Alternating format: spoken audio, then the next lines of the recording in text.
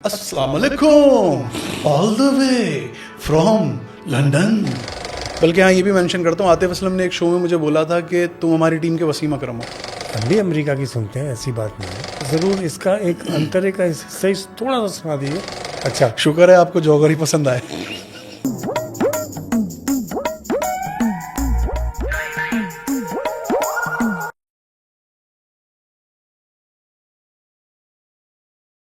सुना है जो भी उसे आंख भर के देखते हैं तो उसके भाई फिर उनको बिफर के देखते हैं। सुना है ताड़ता है सारा दिन कमर उसको और उसको रात में लड़के कमर के देखते हैं। सुना है उसका मिडिल नेम है सबा सोहम, 50 वाला उसको लोड करके देखते हैं। लगी है पाबंदियां वेबसाइट पर, लड़के हमारे फिर भी वीपीएन ऑन करके देखते हैं। अल्लाह की कसम, मैंने इसमें से एक लफ्ज़ भी अपनी मर्ज़ी से नहीं बोला है। ये सब एक शायरा ने लिख के, माफ़ कीजिएगा, शायर ने लिख के दिया और मैंने इसको आप तक पहुंचा दिया। अब आप इसको रखें या इसको कहीं डाल दें, आपकी मर्ज़ी है। अस्सलाम वालेकुम ख़वातीन व हज़रात, मेरा नाम फैसल काजी है। अनफिल्टर्ड से बहुत खुश आमदीद आप सबको। और तो थोड़ा मुल्क से बाहर था, 2-4-5 दिन गैर हाज़िरी लंबी हो गई, लेकिन आप ये देख रहे हैं पाकिस्तान में एक ऐसा नाम जो रियलिटी शोज़ से इंट्रोड्यूस हुआ और इंट्रोड्यूस होने के बाद वो पड़ोसी मुल्क में गए, वहाँ भी ऑडिशन के थ्रू गए और फिर उनको हमने पहचाना, देखा। एक अरसे सुर्ख क्षेत्र में इन्होंने मुकाबला किया, खूब लड़े, बहुत अच्छा लड़ा इन्होंने और क्या अच्छा गाते हैं। अक्सर मैं इनसे पूछता हूँ, ये गला क्या हिसाब लिया तुमने? मतलब इस इंसान के गले में, मेहदी हसन साहब के गले में हिंदुस्तानी कहते हैं कि भगवान बोलता था, इनके गले में अक्सर शैतान भी बोलता है। ये इतना मिमिक्री जब करते हैं तो ये बिल्कुल डिटो हो जाते हैं। अभी आपसे मुलाकात करवाते हैं, अमीर अली हमारे साथ है। अस्सलाम वालेकुम। वालेकुम अस्सलाम। फैसल भाई कैसे हैं? कैसे मिजाज है अमीर अली? बिल्कुल ठीक ठाक अल्हम्दुलिल्लाह। आप कैसे हैं? ये बचपना बरकरार कैसे रखते हो? बचपना बरकरार रहना चाहिए, क्योंकि अगर बचपना चला गया तो फिर कुछ नहीं बचता। अच्छा, तो मतलब अब बच्चे हैं भी आप? जी बिल्कुल, बच्चा नन्हे। रियलिटी शो में कितनी रियलिटी होती है? हाँ, इसका जवाब मैं आपको सिर्फ इतना कह सकता हूँ कि रियलिटी शोज़ में इतनी ही रियलिटी होती है जितनी हमारी इलेक्शन में होती है। आप रियलिटी शो से आप आए? जी बिल्कुल। बहुत खूबसूरत गाया।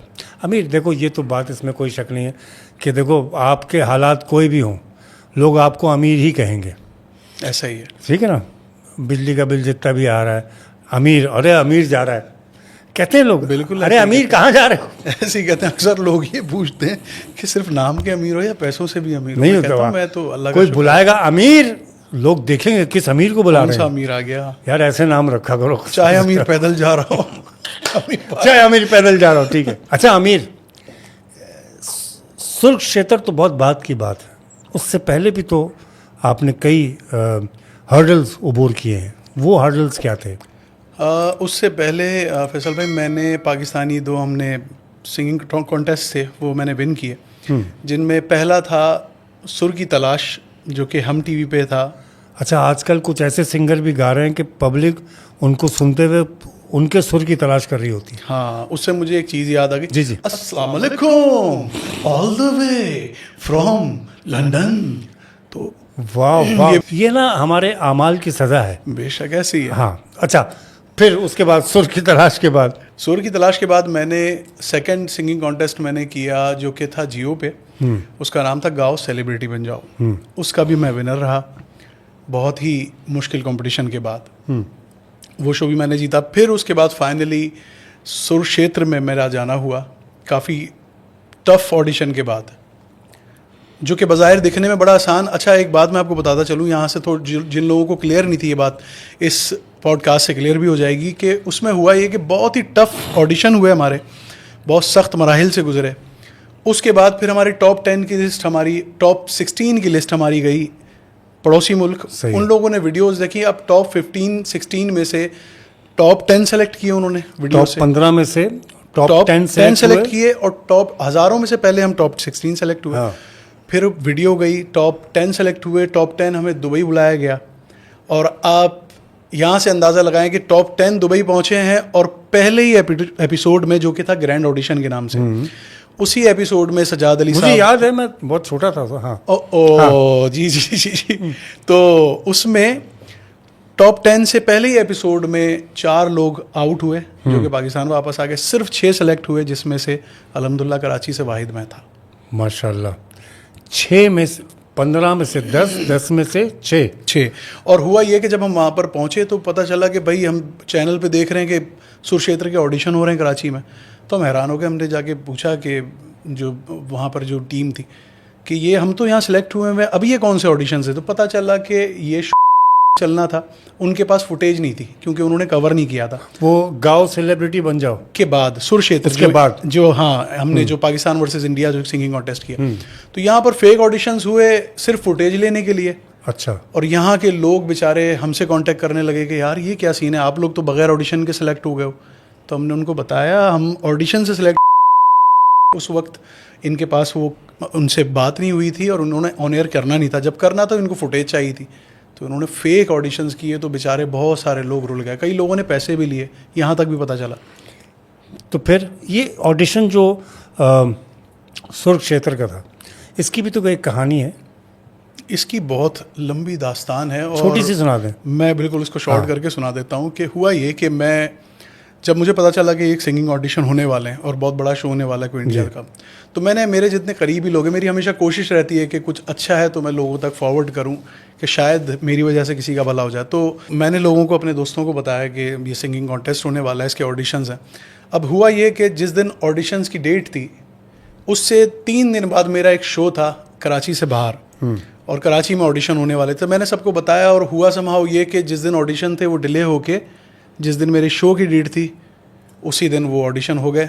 और हमें सच्चाई की एक बड़ी बीमारी कह लें या कुछ भी कह लें, जिसका बड़ा नुकसान भी उठाना पड़ जाता है। तो मैंने अपने ऑर्गेनाइज़र को बोला कि मैं इस तरह से, हालांकि मैं कोई घुमा भी सकता था लेकिन मैंने सच बोला। तो उन्होंने कहा कि नहीं ये नहीं हो सकता अमीर अली, आपको परफॉर्म करना पड़ेगा, आपको ऑडिशन छोड़ने पड़ेंगे। तो मैं समाओ छोड़ के वहाँ गया। शो कहाँ था आपका? शो मेरा था सादकाबाद में। और जाना कहाँ था? लाहौर? कराची। हमारा ऑडिशन यहाँ पर कराची में था? जी कराची में। ओके। शहरों के ऑडिशन से पहले कराची, फिर लाहौर, ये सब जगह था। मैं यहाँ से 12 घंटे, तकरीबन 10-12 घंटे सफ़र करके वहाँ पहुँचा। वहाँ से फिर 3 घंटे परफॉर्म करने के बाद फिर वापस आया तो यहाँ के ऑडिशंस जा चुके थे। फिर मुझे यहाँ से बाय रोड लाहौर जाना पड़ा। तो बहुत सारी तवील सफ़र के बाद मैं लाहौर पहुँचा और वहाँ जाके मेरी फाइनली सिलेक्शन हुई, जो कि अनएक्सपेक्टेड था मेरे लिए। मेरे घर वालों ने बहुत सपोर्ट किया, उन लोगों ने कहा कि तुम जाओ, सिलेक्शन होना ना होना कोई बात नहीं, एटलीस्ट यू शुड ट्राई। तो होना चाहिए। जी बिल्कुल, मैंने ट्राई किया और अल्हम्दुलिल्लाह ये सिलेक्शन हो गई। जी बिल्कुल। फिर उसके बाद आप इंडिया पहुंच गए। वहाँ जाके थोड़ा सा बताएं लोगों को कि, क्योंकि लोगों को याद होगा सुरक्षेत्र, आप लोगों को याद होगा कितना बड़ा प्रोग्राम था, रोडें सुनसान हो जाती थी और लोग उसको देखते थे, हर घर से उसी की आवाज़ आ रही होती थी। क्या वहाँ क्या रिस्पांस मिला वहाँ के आर्टिस्टों से, सिंगर्स से, जजेस जो बैठे हुए थे, पैनलिस्ट वो, और फिर उसके बाद पब्लिक पे भी आते हैं? जी ऑनेस्टली स्पीकिंग, मुझे वहाँ के जितने भी वो आर्टिस्ट हैं, मतलब आशा भोसले जी थी, इस्माइल दरबार जी थे, रूना लैला जी थी, आबदा परवीन जी थी, इतने डाउन टू अर्थ लोग हैं, इतने कमाल लोग हैं कि मैं बता नहीं सकता। हमारी जो होस्ट थी वो आशा टाकिया थी, कि आपको अंदाज़ा है, उनके तो बड़े फ़ैन हैं, हम भी उनके फ़ैन थे। तो बहुत बहुत कोऑपरेटिव, बहुत ही ज़बरदस्त लोग हैं और आर्ट की बहुत कदर करते हैं। बट वो समहाउ उस शो का ना, हमारे जो एक कॉन्सेप्ट था वो थोड़ा सा जो था वो लड़ाई बेस था। अच्छा। कि आज लोगों को शायद किसी कंटेस्टेंट के गाने याद नहीं होंगे, वो लोगों को ये ज़रूर याद है कि आतिफ असलम ने हिमेश को ये कहा था, आतिफ असलम की हिमेश से लड़ाई हो गई थी। अच्छा, वो ओरिजिनल जेन्युइन होती थी? वो होती थी, कुछ लगता तो कुछ आजकल तो ये हो गया ना कि लड़ाई करवा देते हैं, कुछ इसी तरह से लगता वायरल होने के लिए। बिल्कुल वो सही था, लेकिन हाँ उसमें काफ़ी हद तक सही भी था। और मैं यहाँ पर कहना चाहूँगा कि आतिफ असलम ही थे, जिस तरह से वो फेस करते थे, जिस तरह से वो जवाब देते थे, मतलब स्पीचलेस हूँ मैं। आवाम डिसाइड करेगी, ये जूरी तो डिसाइड करेगी, आवाम डिसाइड जरूर करे, वो और तो सुर देख ही में रही है। और अच्छा, हमने यहाँ पे ये भी सुना था कि आपके साथ कुछ मामला भी हुए थे वहाँ पे, क्या वो मामला था? जी बिल्कुल, अच्छा आपने सवाल किया कि बड़ी कंट्रोवर्सी सवाल थी। मेरे पास अच्छे ही हैं, आप जवाब तो जवाब दीजिए। भी आपको अच्छा ही मिलेगा इंशाअल्लाह। तो वहाँ हुआ ये कि कई ऐसी चीज़ें थी फैसल भाई जो कि एडिट कर दी गई, अच्छा, जिसका मेरे पास प्रूफ भी है और जितने कंटेस्टेंट्स हैं सब जानते भी। और मैं बहुत ज़्यादा डिसअपॉइंट हुआ था इस बात से कि ऐसा क्यों, क्योंकि सिंगिंग टैलेंट तो है ही है। मेरी इंस्पिरेशन जो है वो द ग्रेट मोहम्मद रफ़ी साहब हैं, सोनू निगम जी हैं, तो उनकी वजह से तो थोड़ा सा मैं थोड़े लोगों की मिमिक्री और ये वो थोड़ा सा हंसी मजाक की सारी चीज़ें, अच्छा उसमें कई चीज़ें एडिट हुई, जिसमें एक सीन ये था कि आतिफ असलम साहब मुझे गलत रिमार्क्स दिए जा रहे थे जानबूझ के। अच्छा, तो मैंने जाके आतिफ साहब से मैंने कहा कि सर मुझे इस शो से निकलना है, मुझे इस शो में नहीं रहना। तो उन्होंने कहा कि तू क्यों ऐसी बातें कर रहे हो? तो मैंने कहा देखें मैं गा सही रहा हूँ, मुझे जो कमेंट्स जो मिल रहे हैं वो इस तरह के मिल रहे हैं। तो कहने लगे मुझे एक बात बता कि पाकिस्तान और हमारे पड़ोसी मुल्क का अगर मैच हो तो हमारी टीम क्या चाहती है या उनकी टीम क्या चाहती है? हाँ। मैंने कहा डेफिनेटली ये चाहती है कि उनके मेन प्लेयर्स को साइकोलॉजिकली वो प्रेशराइज कर रहे थे। हाँ, प्रेशर, तो वो यही चाहते हैं कि उनके मेन प्लेयर को आउट। तो कहने लगे तू हमारी टीम का मेन प्लेयर है, हाँ, तुम्हारी जो बेस्ट प्लेयर्स हैं ना उनमें से तेरा नाम है। बल्कि हाँ ये भी मेंशन करता हूँ, आतिफ असलम ने एक शो में मुझे बोला था कि तुम हमारी टीम के वसीम अकरम हो। और उसके वेरी नेक्स्ट एपिसोड में आतिफ साहब ने ये शो में रिकॉर्डिंग पे कह दिया कि अमीर अली ने जो यूडलिंग कही थी वो जितने ये इंडियन कंटेस्टेंट बैठे हैं इनमें से कोई भी करके दिखा दे। तो उनमें से जो बेस्ट उनका प्लेयर था ना वो खड़ा हुआ कहता है कि मैं कर सकता हूँ। वो यूडलिंग क्या थी, कैसे थी? वो थी एक गाना था वो इंडियन इंतहा हो गई इंतज़ार की, उसमें एक मैंने यूडलिंग का पार्ट किया था थोड़ा सा। अच्छा वो यूडलिंग कुछ इस तरह से थी, कुछ मुझे एग्जैक्ट अभी याद भी नहीं, काफ़ी टाइम हो गया कि फिर वजह क्या हुई इंतज़ार की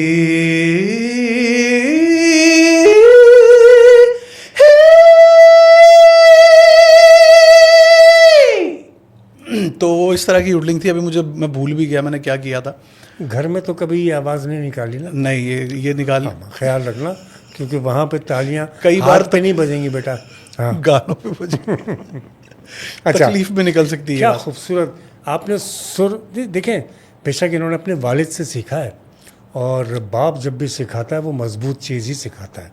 और जो बाप की सिखाई हुई चीज़ें या बाप की दी गई ट्रेनिंग जो है वो दुनिया में सुरखुलू करती है इंसान को, और ये हो रहे हैं अल्हम्दुलिल्लाह। फैसल भाई मेरे वालिद गज़ल सिंगर, बहुत अच्छे गज़ल सिंगर जी, गज़ल मुझे गाते पता थे, है। स्टिल वो गाते हैं, बट अब वो उस तरह से नहीं। अब यूँ समझ लें कि उन्होंने अपना म्यूज़िक जो है ना वो क्विट किया हमारे लिए, हमारी परवरिश के लिए, क्योंकि अब हालात मिडिल क्लास फैमिली से मेरा ताल्लुक़, तो उन्होंने as a music teacher job की। तो फिर उसके बाद आपको पता ही है कि फिर डिस्ट्रैक्ट हो जाता है बंदा, तो फिर उसमें कमाने में ही लग जाता है।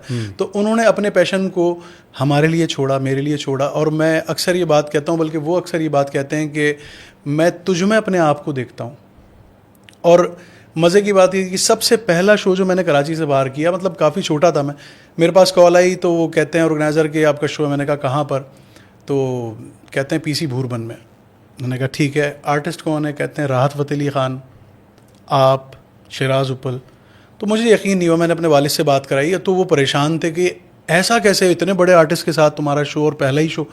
तो अबू ने कहा कि इनको कहो कि मेरे वालिद साथ जाएंगे। तो मैंने उनको कहा, उन्होंने कहा कोई बात नहीं, वालिद मेरे साथ। और मैं पहला ही शो मैंने वहाँ पर किया और बड़ा ही मज़ा आया अल्हम्दुलिल्लाह। बड़ा वहाँ पर पहली बार वालिद के साथ आउट ऑफ सिटी गया। और वहाँ पर भी एक सिलसिला ये हुआ कि जो मैंने रिहर्सल, जब साउंड चेक हुआ, जब मैंने गाने थे, वो एक दूसरे सिंगर ने सारे गा दिया। अब अब्बू हैरान कि अब तुम क्या करोगे? तो अल्लाह पाक का बड़ा एहसान है कि मैंने दूसरी कलेक्शन गाई और बड़ी अल्लाह पाक परवरदिगार के एहसान से मुझे पजीराई मिली। वहाँ काम जिसे आता है वो उसको कहीं भी फंसा दे वो निकल जाता है। शुक्र अल्हम्दुलिल्लाह, है ना? पूरी दुनिया में आपने परफॉर्म किया अल्हम्दुलिल्लाह।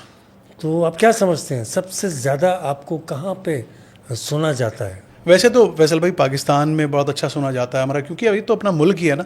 लेकिन सबसे ज़्यादा जो मैंने ऑब्ज़र्व किया है जो अच्छा सुना जाता है वो अमेरिका में बहुत अच्छा सुना जाता है।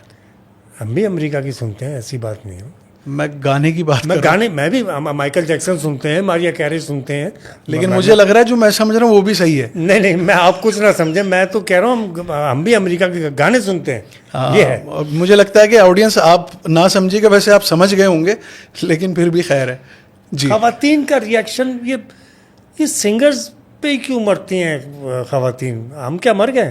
क्या हुआ? ये खवातीन से पूछना पड़ेगा कि लेकिन वैसे मैं एक बात बताऊं, मैं मुझे भी अच्छा हुआ याद आ गया, मैंने भी आप पे खवातीन को मरते हुए देखा है। अगर आप कहें तो मैं अच्छा नहीं, हम बात दूसरी कर रहे थे, बात ही कर रहे थे अब कि तो बनता भी यही है। सुर क्षेत्र में आपने जी, वो कौन सी परफॉर्मेंस थी कि जिसमें मतलब आज तो कहते हैं ना कि क्या बना दिया, माहौल बना दिया, हाँ, मूड माहौल बना, बिल्कुल ऐसे ही। क्या वो एक बजर आती है ना, उस वक्त तो ये नहीं था। कौन सी ऐसी परफॉर्मेंस थी जिस पर कि वाकई एक माहौल बन गया हो? उसमें एक उनका जो एक सीन था कि हर एपिसोड में पाकिस्तान और इंडिया के जो कंटेस्टेंट होते थे उनमें से किसी एक को सुरताज ऑफ द डे का अवार्ड मिलता था। वो जो रफ़ी साहब का सॉन्ग जिसने गाया था, अमीर अली, तो मेजॉरिटी के साथ जाकर हम अमीर अली को सुल्तान of the day Amir Ali from Pakistan Surtaj of the day. हाँ, सुरताज ऑफ द डे। तो दोनों मुल्कों के सिंगर्स को मिला के उनमें से किसी एक को अवार्ड मिलता था। तो मुझे एक थीम थी, रोमांटिक थीम, उसमें मैंने गाया था मोहम्मद रफ़ी साहब जो कि मेरी इंस्पिरेशन है, उनका गाया हुआ एक बहुत ही खूबसूरत गीत तुम जो मिल गए हो मैंने गाया था। तो अच्छा, उसमें इसका ना ज़रूर इसका एक अंतरे का सही थोड़ा सा सुना दीजिए, जितना यूट्यूब बर्दाश्त कर ले वो ज़रूर सुना दीजिए। स्टार्ट सुना दूँ, अंतरा सुना दूँ आपको? जहाँ से भी आपको स्टार्ट आपको सुना देता हूँ। तुम जो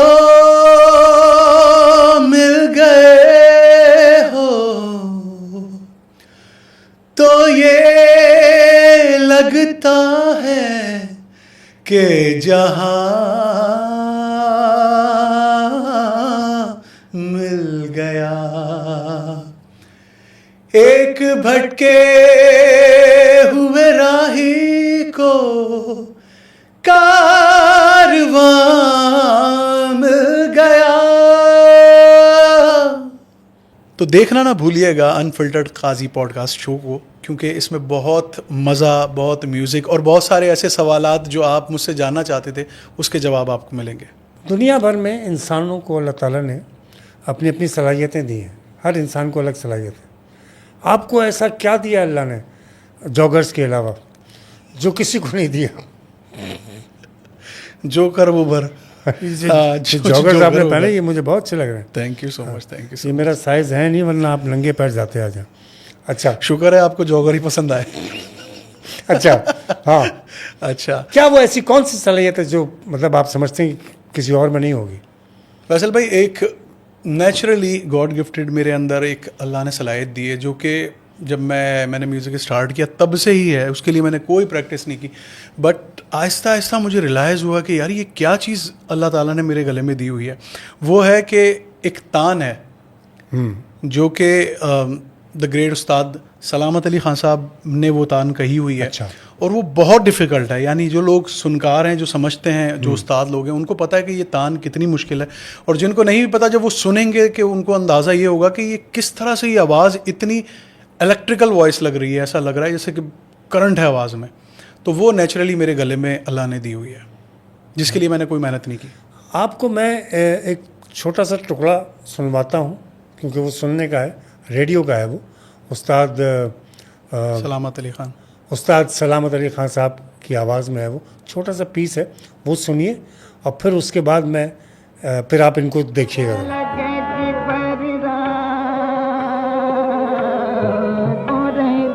ये आपने सुन लिया, अब ज़रा ये आप कह दीजिए थोड़ा सा। देखो, मकसद ये नहीं है, हमें आप पे यकीन है।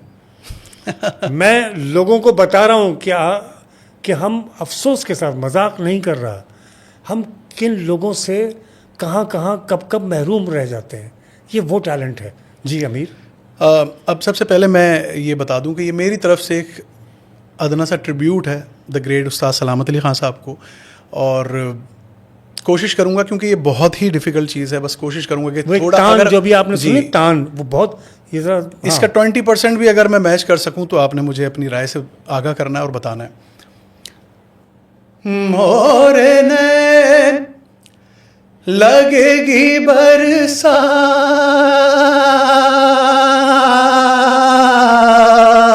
मोरे नैन।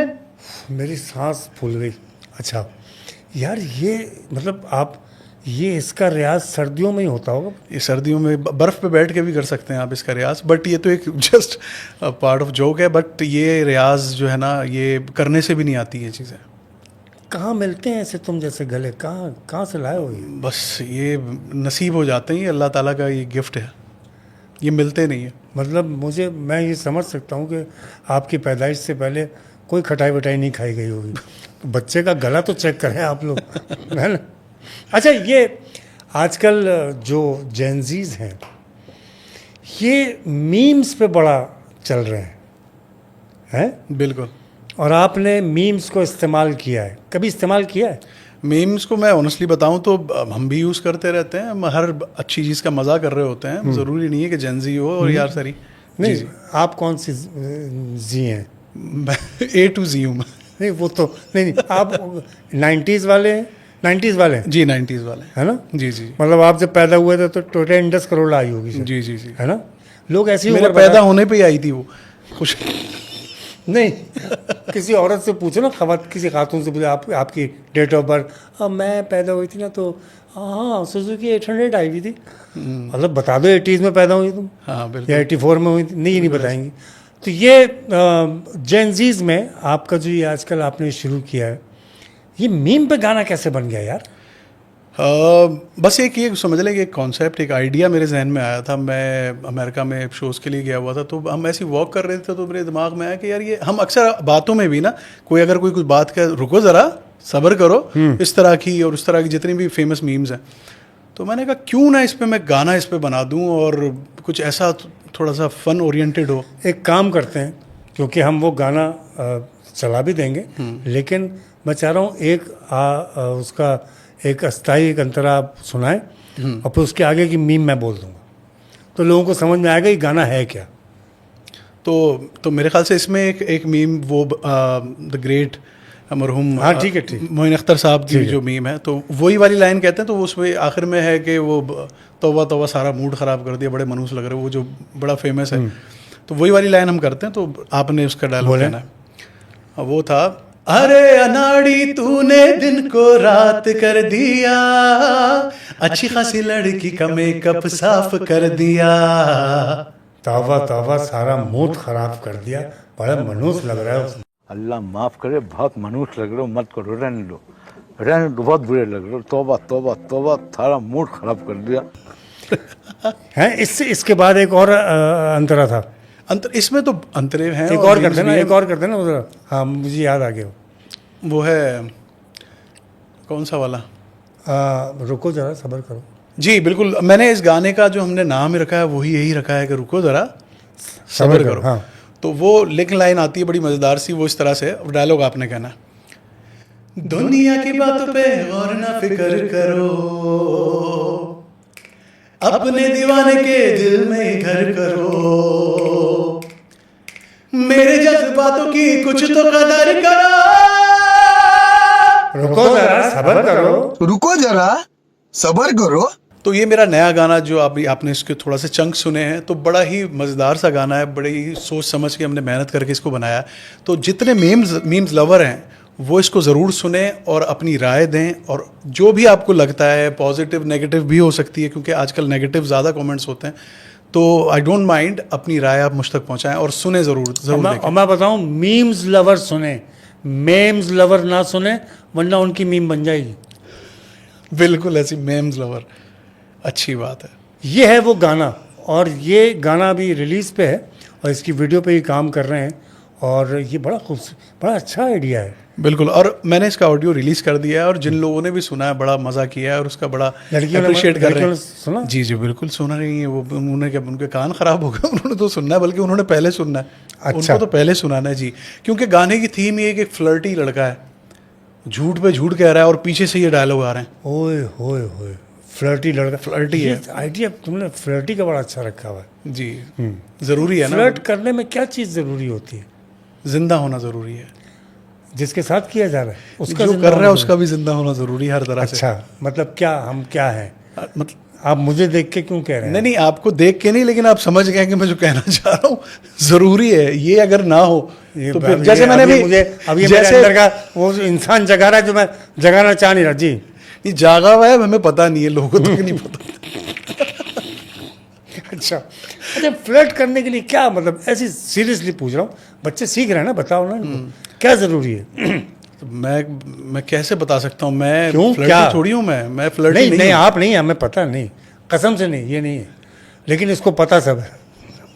बताओ जाहिर है हमने सीनियर से सीखा है, जैसे आपसे मैंने काफ़ी जी। चीज़ें बेहतर सर, बेहतर। अब बताएं कि मतलब फ्लर्ट एक क्या है, फ्लर्ट बजाते खुद क्या है? फ्लर्ट बजाते खुद यूं कह लें कि ठरक है। वाह वाह, ये आगे की कहते गुफ्तगू है। हैं कहते हैं ठरक और सड़क कहीं भी ले जाती है इंसान वाह को। वाह, सड़क और सड़क कहीं भी ले जाए। बल्कि अभी एक नया एक वर्ड जो है ना इन्वेंट हुआ है, वो एक फिल्म का डायलॉग है, वो कहती है कि तू बहुत बड़ा ठरकुल्ला है। हाँ वो कहता है ठरकुल्ला? हाँ। ठरक तो सुना, उसने कहा एक होता है ठरक, एक उससे बड़ा होता है, सेकंड फॉर्म होती है ठरकी, थर्ड फॉर्म पे आता है ठरकुल्ला। तो लोग जो है यार, बहुत आगे चले गए, वाकई बहुत आगे चले गए, और ठरक है भी आगे की चीज़, बिल्कुल शक नहीं। बिल्कुल ऐसी।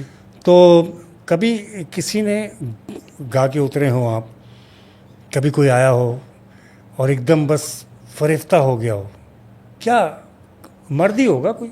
हैं? नहीं मतलब मर्द भी हो सकता है। नहीं नहीं, आपको गलत लग रहा है, मैं अमीर अली हूँ, मैं कोई करण जौहर नहीं हूँ जो मुझ पे। वाह वाह वाह वाह वाह, बहुत अच्छा। देखिए ये होती है हाजिर दिमागी। नहीं नहीं मतलब कि मर्द फैन नहीं होते क्या? नहीं, जिस तरह आप पूछ रहे हैं वो वाले नहीं होते। नहीं, जिस तरह क्या, मैं तो मतलब सवाल पूछ रहा हूँ, मैं तो काम ही फैन। इस बात की, जिस काम के पैसे मिल रहे हैं आदमी वो करेगा। सवाल कर रहा हूँ मैं, मर्द भी तो फैन होंगे। बिल्कुल बिल्कुल, मर्द भी फैन होते हाँ, हैं। और तो कभी किसी ने कहा कि यार मतलब को आंखों में आंसू आ जाते हैं बहुत से लोगों को, मैंने देखा है। बिल्कुल, ये तो है। ये अगर अब इस तरह से तो सुनाओ ना वाकया, वो बताओ। कई ऐसी जगहें ऐसी होती हैं जहाँ पर गाना किसी को ना ज़्यादा असर कर जाता है, तो वो रोने भी लग जाता है। और फिर कभी कई, हाँ बिल्कुल, वो रोने भी लग जाता है। और अक्सर तो हमारे साथ ये हो जाता है कि हमारे ऑर्गेनाइजर पे असर कर जाता है, फिर हम रो रहे होते हैं, पेमेंट नहीं मिलती। वाह वाह वाह, ये आहिस्ता आहिस्ता मैं निकाल रहा हूँ। ऑर्गेनाइजर रोते रोते घर चला जाता है, फिर हमें रोना पड़ता अच्छा, है। हमारे साथ एक मसला ये है कि हम किसी को पुरसे पे भी जाए ना, तो साहब बैठे हुए बराबर में, और कोई नया जोक वो गाया सुनाओ, तो मैं यूँ देख रहा हूँ कि यार ये क्या आदमी है, मैं कहाँ बैठा हूँ। कह रहा और कोई नया जोक सुनाओ। अबे भाई पुरसे पे, तो कभी ऐसा हुआ कि कहीं ऐसी जगह बैठे हो का यार एक अस्थाई तो सुना दो, कोई एम्बैरेसमेंट हो गई हो? नहीं, ऐसा हो जाता है कि बल्कि एक जगह मेरे साथ ऐसा हो, बाद में मुझे समझ में आई यार मैंने क्या किया। मैं गया मैयत के घर पे, तो वहाँ से मैं कुछ देर बाद घर वालों ने बोला क्या हुआ, तुम गए थे, तुम इतनी जल्दी वापस क्यों? मैंने कहा किसी ने हंस के बात ही नहीं की मुझसे, मैं क्यों वहाँ बैठता। बाद में उन्होंने कहा इस यार बात पे तो खैर मैयत के घर इस पे प्रोग्राम के बाद बताऊंगा तुम्हारे साथ क्या होना चाहिए था। अच्छा, तो बात हम कर रहे थे गाने की। जी पाकिस्तान के लिए भी तो गाया आपने, बिल्कुल। और मिली नगमा भी गाया था आपने। वो मिली नगमा था अब मैंने गाया था, अब जितने हमारे जो कौमी नगमे ना, उसका एक मैंने मैशअप बनाया था। हाँ, उसको एक गुलदस्ता टाइप मैंने उसकी शक्ल दी थी, और बहुत उसको लोगों ने अप्रिशिएट किया। अच्छा, सिंगर को कितना हसास होना चाहिए? मैं अपने एक्सपीरियंस से बताऊं तो कई बार जो है ना, आपका एक तो आर्टिस्ट नेचुरली जो है ना बहुत हसास होता है, और मुझे लगता है इतना होना नहीं चाहिए। जिस शो की हम बात कर रहे हैं यहाँ पर भी शायद मुझे कभी कभार लगता है कि शायद मेरी गलती है। उस दौरान मेरी सिस्टर की होने वाली थी शादी, मैंने ये वहाँ पे ये बात भी बताई कि मेरी सिस्टर की शादी, और घर पे बड़ा मेरी इन्वॉल्वमेंट है फैमिली के साथ। तो वहाँ पर भी मुझे कई बार ऐसा लगता है कि शायद उस वजह से किसी ना किसी तरह से ना कुछ चीज़ों में फ़र्क पड़ा। और फिर हसास यहाँ पर मैं जितने न्यू कमर्स सिंगर्स हैं जो कि अभी जिस फ्रेज़ को मैं क्रॉस करके यहाँ तक पहुँचा हूँ, और जो उस पीरियड में, तो मैं उनको समझाना चाहूँगा कि आपने किसी की भी बात को दिल पे नहीं लेना है, क्योंकि यहाँ पर लोग बैठे ही इस ताक में कि आपको कई ऐसे, फैसल भाई मैंने चीज़ें छोड़ दी सिर्फ इस वजह से कि यार इस बंदे ने ये बात की कैसे। तो अब जाके मुझे रियलाइज़ होता है कि नहीं करना। लोग चाहते यही हैं कि तुम ऐसे जुमले दिए जाएं कि तुम वहाँ से चले जाओ और उनकी जगह खाली बन जाए, तुम ना आगे आ जाओ कहीं गलती से भी। क्या हुआ था? वो ये हुआ था कि एक मुझे यहाँ पर एक शो में ना जिन्होंने मुझे शो में बुलाया था, तो उन्होंने मुझे एक ड्रामे की ऑफ़र की अच्छा, उन्होंने कहा कि तुम तो, अच्छा सीन ये हुआ कि किसी और Acting ने की- acting जी का- एक्टिंग की, अच्छा। किसी और ने उनसे ये बात की, तो उन्होंने ब्रेक पे ना आके मुझसे कहा कि वो फलां ये बात कह रही हैं कि तुम इस लड़के को एक्टिंग करनी चाहिए, ड्रामे में आना चाहिए, तो इनको तुम बता देना कि मैंने पहले से तुमसे बात की हुई, इनके साथ ना करना। मैंने कहा ओके। तो इन शॉर्ट मैं वेन्यू पे पहुंचा, तो वहाँ पर एक बड़े ही करीबी फैसल भाई, मुझे इतना दुख है इस बात का, और इस बात का भी दुख है कि मैंने क्यों जज्बातीपन किया, मुझे रुकना चाहिए था। उन्होंने वहाँ पर ऐसी बात की, हालांकि मैं उनसे एक्सपेक्ट नहीं कर रहा था। उन्होंने कहा कि ये तो पर्ची है। तो बड़ा दिल दुखा। जैसे आपने कहा ना कि आर्टिस्ट को कितना हसास, तो मुझे लगता है कि आर्टिस्ट को हसास होना चाहिए, बट कई जगह पर आपको ढीठ बनना चाहिए। ढीठ बन जाना चाहिए। ढीठ बनेंगे तो कुछ कर पाएंगे। अगर लोगों की बातों पे आके आपने जगहें छोड़ दी तो फिर बड़ा मुश्किल हो जाएगा। हाँ, अगर इस तरह लोग जगह छोड़ने लगे तो सिर्फ सुरीले लोग रह जाएंगे। हैं? मतलब एक बात है, ढीठ बनना पड़ता बहुत ज़रूरी है ना? ढीठ बनना चाहिए। और किसी ने कहा था कि यार आजकल सिंगर कितना पैसा ले रहे हैं, और कोक स्टूडियो में आपको अब तक तो नहीं हो पाया, लेट्स सी, नहीं, अगर तो कभी आप- मौका मिलेगा तो। नहीं तो आप बेहतर गाना छोड़ दें। मतलब ये है कि तुम गाने में थोड़ी लचक लाएं, थोड़ी मिजाज में भी लचक मुझे लाएं। लग रहा है कि गाने से ज़्यादा खुद में लचक अगर आ जाए तो शायद। मैं वही कह रहा हूँ, थोड़ा सा लचक लाएं अगर आप, तो बिल्कुल। वही तो। कोक स्टूडियो में कभी आपको बुलाया नहीं गया? नहीं, अब तक तो नहीं बुलाया गया, लेकिन जब बुलाया जाएगा तो इंशाल्लाह जाएंगे, क्योंकि हालांकि- हमारे मुल्क का अपना शो है और उसमें जब मौका मिलेगा तो और परफॉर्म ये जो अभी लाइव परफॉर्मेंस में, तो एक लाइव परफॉर्मर जो होता है ना, उसको बहुत एंटरटेनिंग होना पड़ता है, बिल्कुल होना भी चाहिए। जी। तो क्या करते हैं आप जब आप समझते हैं कि यार अब मैं थक गया हूँ, बहुत लंबी परफॉर्मेंस हो गई है, तो पब्लिक को थोड़ा इधर उधर करने के लिए क्या करते हैं?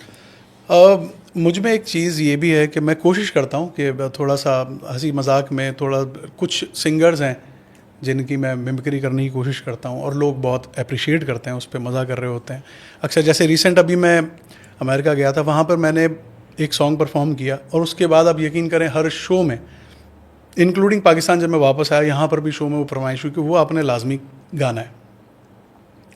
क्या वो एक फीमेल वॉइस है जो कि पर्टिकुलर बड़ी डिफरेंट वॉइस है, और वो गाना आप सबने सुना हुआ होगा, छैया छैया, चल छैया छैया। उसके स्टार्ट में वो वॉइस है, तो मैं उसकी वैसी गा रहा होता हूँ, तो वैसे ही मैंने कर दिया, तो लोगों ने बड़ा पसंद किया। क्या? तो फिर हर शो में सुना गया। वो ये था कि पता नहीं अभी आवाज़ उस तरह से निकल पाएगी कि नहीं। जिनके सर हो इश्क की छाँव, पाँव के नीचे मिट्टी होगी, जिनके सर हो इश्क की छाँव। वाकई ये आवाज़ तो आई थी उस गाने के शुरू में, बहुत एक्यूरेट। Thank you. वैसे इश्क की छाँव आजकल अगर किसी पे पड़ जाए तो उसके पाँव के नीचे मिट्टी नहीं होती, उसी पे मिट्टी पड़ जाती है।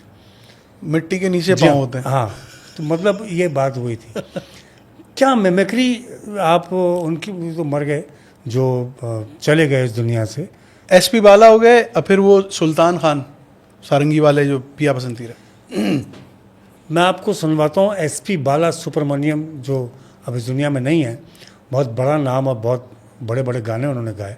सलमान खान की एक्टिंग पे जिनकी आवाज़ थी गाने पे, और सूट ही उन्हीं की आवाज़ करती थी, ज़रा वो सुना दो थोड़ा सा। एसपी बाला साहब का जो अंदाज़ था, नहायत सुरीले सिंगर थे। उनका अंदाज़ था इस तरह से कि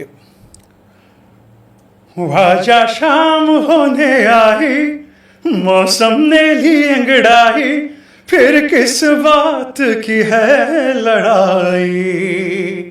वाह वाह वाह, ये अच्छा ज़रूरी ये है। बात है। और वो सारंगी नवाज, एक सारंग वो भी जी, सारंगी नवाज सुल्तान खान साहब, उनका बड़ा डिफरेंट वोकल, बहुत ही खूबसूरत अंदाज़ उनका।